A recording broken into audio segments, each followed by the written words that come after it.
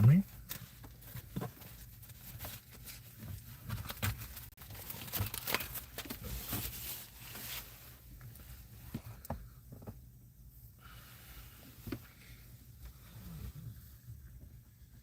What were you saying? No, I was gonna say he looks like he's done a lot of interviews. I haven't even Couple. heard any. I Yeah. just listened to the Omi and the Hellcat the project, the live, not live, but the thing he put out. Latest Can you pass video. me a water? Oh, I see it. I got it. My mouth just got dry all of a sudden. But I'm live. I just want to let you know, okay? Okay.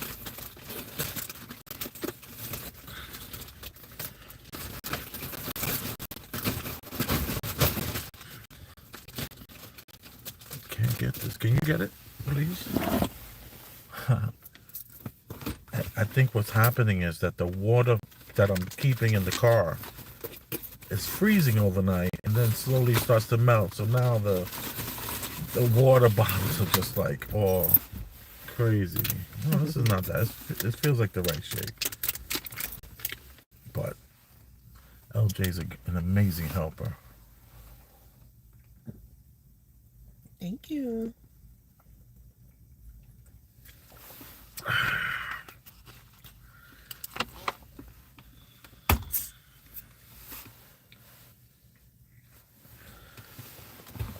So we're gonna talk about Omi and the Hellcat. And Omi and the Hellcat just released his latest episode on his YouTube channel, and he talked a little bit about therapy in the channel, about going to therapy and keeping his mind right because he's been suffering from like depression and whatever comes with depression and all that kind of stuff. I would encourage him to look at the Mandela effect, and that actually helped me with depression. The Mandela effect has been my source of mental stability when it comes to ever getting depressed again, and I haven't been depressed in quite some time. And I attribute that to just learning more and more about the Mandela effect and just the way things change and they don't always appear the way we remember them, and not to live your life with so much guilt and regret and all that kind of stuff. And depression will go away if you can get to understanding this reality that we're in and all its fluidity. And reality is a lot more fluid than people are aware of. So I liked him taking responsibility for what he did. That was to me pretty good. I thought that he was going to do a horrible job at it, but I think he did a great job. There was one little part that I didn't care for is when he said that people were bootlegging his reloaded merchandise and that he got to feel it. And and it's like, that bothers me a little bit, I have to tell you. It makes me feel like, yo, dude, are you taking responsibility for this or not? Because what you're trying to tell us is that you're saying that you didn't really get what you were doing was wrong, and once it happened to you, you were able to experience that sort of pain. And it's like very interesting that maybe it's all part of the legal defense, because that's the only thing I could think about it. But as far as it based on anything sounding like a person who's taking responsibility, that to me takes a little. So wait, you're telling me that somebody had to bootleg your shit for you to then get that bootlegging was wrong? Did you hear when he said that? Mm-hmm. How did you feel Yeah. about when he said that? That and the Disney example he saw the Pixar studio. And Yeah, all the people in there, how he's taking from their family and how he used to sell DVDs. I figured the lawyer told him to say that, throw that out there. No, I didn't think that. I would have think the lawyer would tell him, dude, stop talking. You haven't been sentenced yet. What are you doing? You're talking too much. You know, like he's admitting to being one of those pirated people, those people that pirated DVDs. He was selling DVD movies. Live television. Never. Yeah. No, no, no. Before that, he was talking about how the Pixar. He was said I would just put it in the machine and download it and sell it for $5. So he was the kind of guy who you went to, but knowing him, he was the kind of guy that all the bootleggers went to. You know, all the people that needed the tapes, he was probably providing them to all the branches. So he's part of this. He's the mother. He's the mother plant of these branches of people. You know how they will always meet up at those what's those places? The storage units. Okay. Remember in the storage units, those Africans, they would have like just hundreds of movies to choose from, and people can actually buy them there. Yes. So I can imagine Omi being the guy who you know, everyone else that's selling supplier. He's just a supplier. There you go. You know, Omi's that guy. And I also found it interesting that if he says it correctly, him and I'm only 10 pounds lighter than him. Because I'm 350 pounds.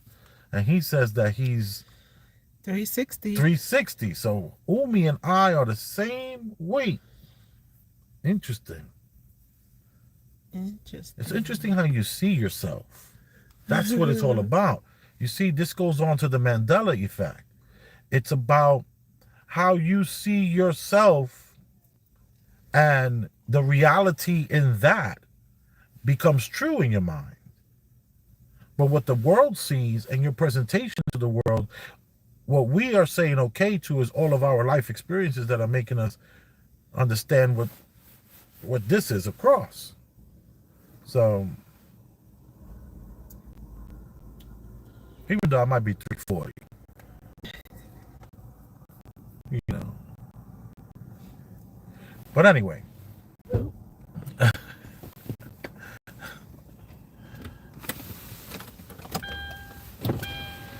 Hey. Hey, babe. Oh, you're live. You know it's 29 degrees outside. It's not to me. Come on. Ooh, baby, come on. You're sweating a little bit. I don't want you to get sick. Come on, get back in the building. Bye. And you're going to ruin those socks walking on this. This is salt. Come on. Go back inside. Come on.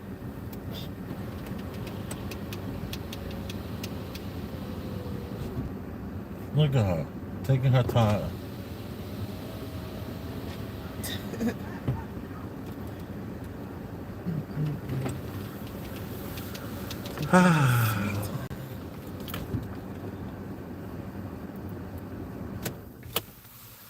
We have the child in one of these bouncy houses where they can just bounce, trampoline park. So she's in the trampoline park along with her brother, having a life. Yeah. Having a real great life, if you let me tell it. And you know, their body heat is so up, so they want to just come out here and have a conversation in 29-degree weather in socks. Come on. So I do respect Omi and the Hellcat. If you look through my channel, you will see that I even bought one of his shoes just to, you know, I don't know if I'm ever going to wear them. Maybe if I do, I'll take a picture of it. And I'll buy another pair of his shoes. You know, he has those. He has a lot of them. Yeah. But the one I like is the newest one, which I checked. They didn't have 13. I guess he kept all the 13s for himself. Yeah, that one. Okay. Yeah, let's show it. Tonight. This is the one that they have on the internet you can get.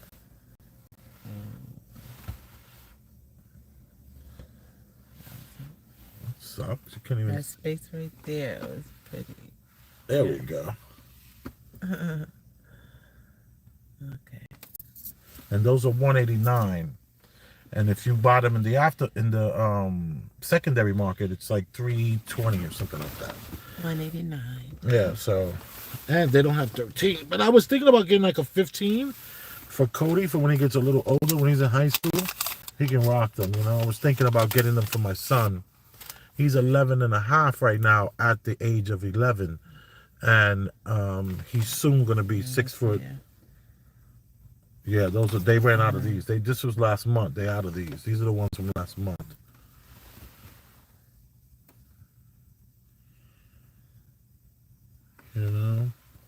And it's interesting that this guy steals the idea of this shoe from another shoemaker because his money was longer. Yeah, yeah, yeah. Look, and these are the New York Knicks outfits, right? Lakers.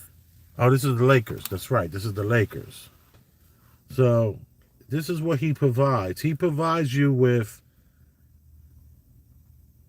It's reloaded. yeah.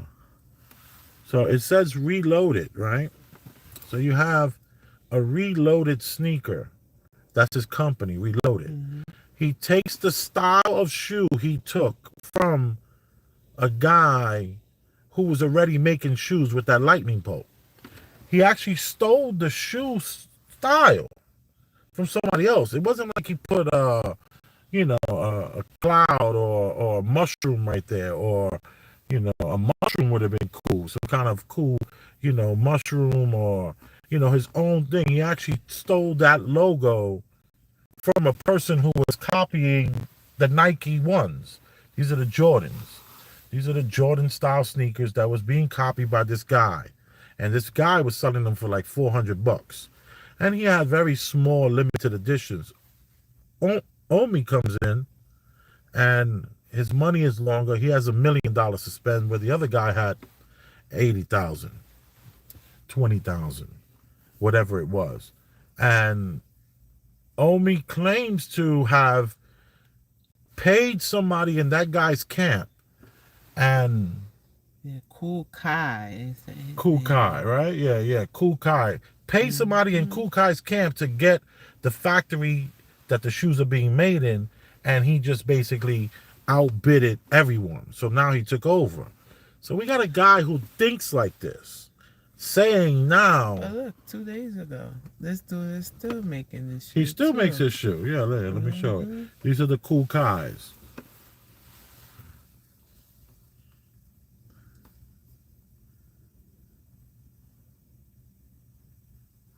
Yeah, so Omi is not the only one doing the lightning bolt. The Cool Kais are being done.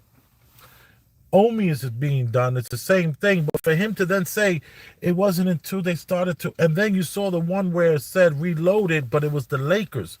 It's high, and then he does very high-end quality. So the good thing with Umi is that it's not like those Supreme shirts that once you wash those Supreme shirts 13 times, it's got to go in the garbage. The Supreme is running off, you're looking silly. So, or 10 times. Whereas Umi stuff is really, really, really high, and it's like almost the same places that the league will go in. So wherever the league is getting it done, he had enough money where he was able to step in there and make that happen. I bought the sneaker and still am considering buying another pair of sneakers only because of its nostalgia. We got a big fat man who figured out a way to get over and ended up in prison. And he created a shoe company. I would like to have some remnants of that shoe company. Some trinkets, so to speak. And I say that respectfully. But I do like that he's going to therapy. I do like that he took responsibility for what he did. And how he said, don't do this.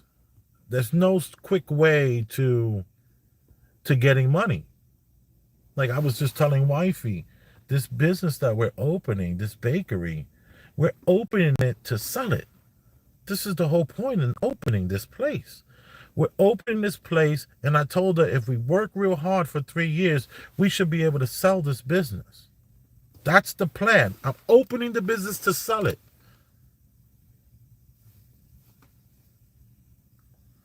Takes a long time to win.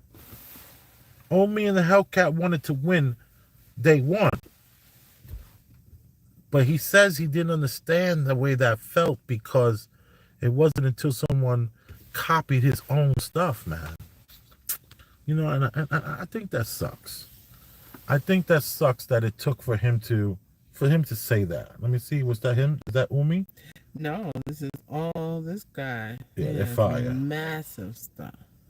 Yeah, these are fire, super fire. Omi's is fire too now. Oh, look at that. That's different. Clear. Let me see this. This will last 8 minutes. see-through.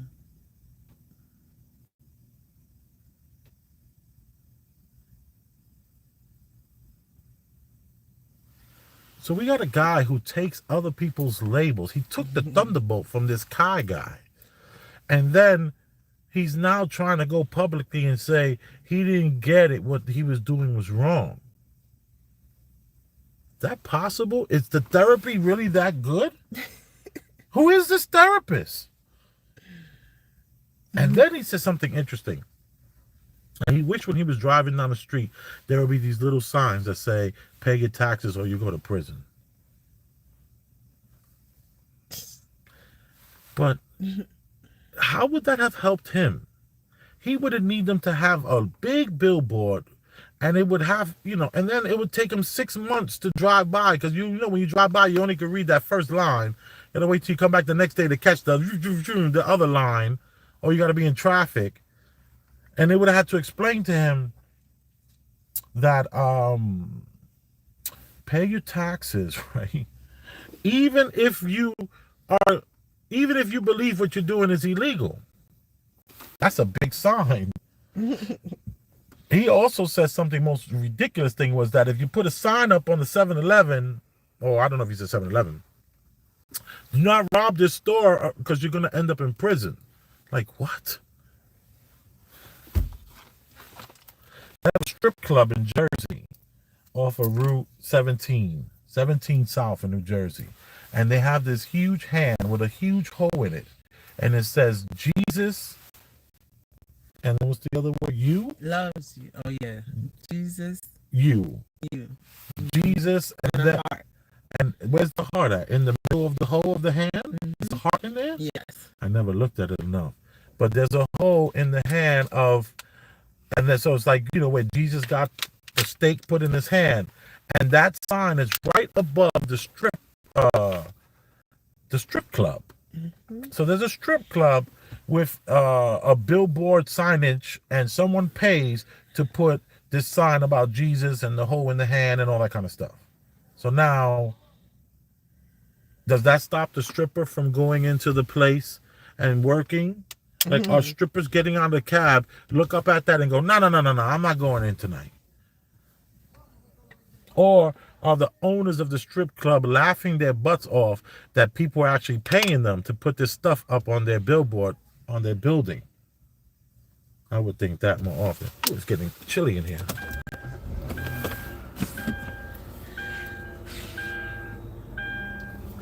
Oh, Omi in the Hellcat, may your time in prison not be... Loud in your video. Say that again? That's going to be loud in your video. Oh, yeah, it's cold in here. It's 29 degrees outside. Mm-hmm. I got the cashmere on, though. Pay your taxes. That's a fact. Yes. And not only pay your taxes, file your taxes. That's a fact. And every year you have a business, you better be paying your taxes. Or you better be filing for your business, because what?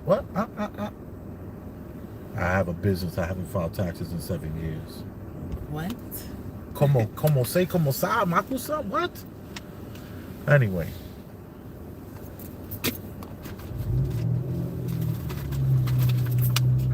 My cousin keeps telling me that I'm supposed to look here. Not look here. Because looking here is looking at myself. And I think that taps into narcissistic behavior where you're so into yourself. I've read that somewhere. What kind of loser feminist wrote that crap? Stop. What? You are appreciated checking out this channel on YouTube. Big Elvis the Chef here. I got LJ Rosenberg right there. The kids are bouncing around, having some fun. We're going to feed them dinner. What's for dinner? Stir fry. Nice. And the chicken that we use is white, not yellow. So if you go to the store and you buy chicken and it's yellow, don't mess with that yellow chicken. Find a good halal spot or find a good kosher spot. Go to the Jews, go to the Arabs, go to the Muslims. Get your chicken from those people because it'll be white, won't be yellow. None of that yellow chicken. You are appreciated. And like I always say, let me look here. I love you. Still looking there.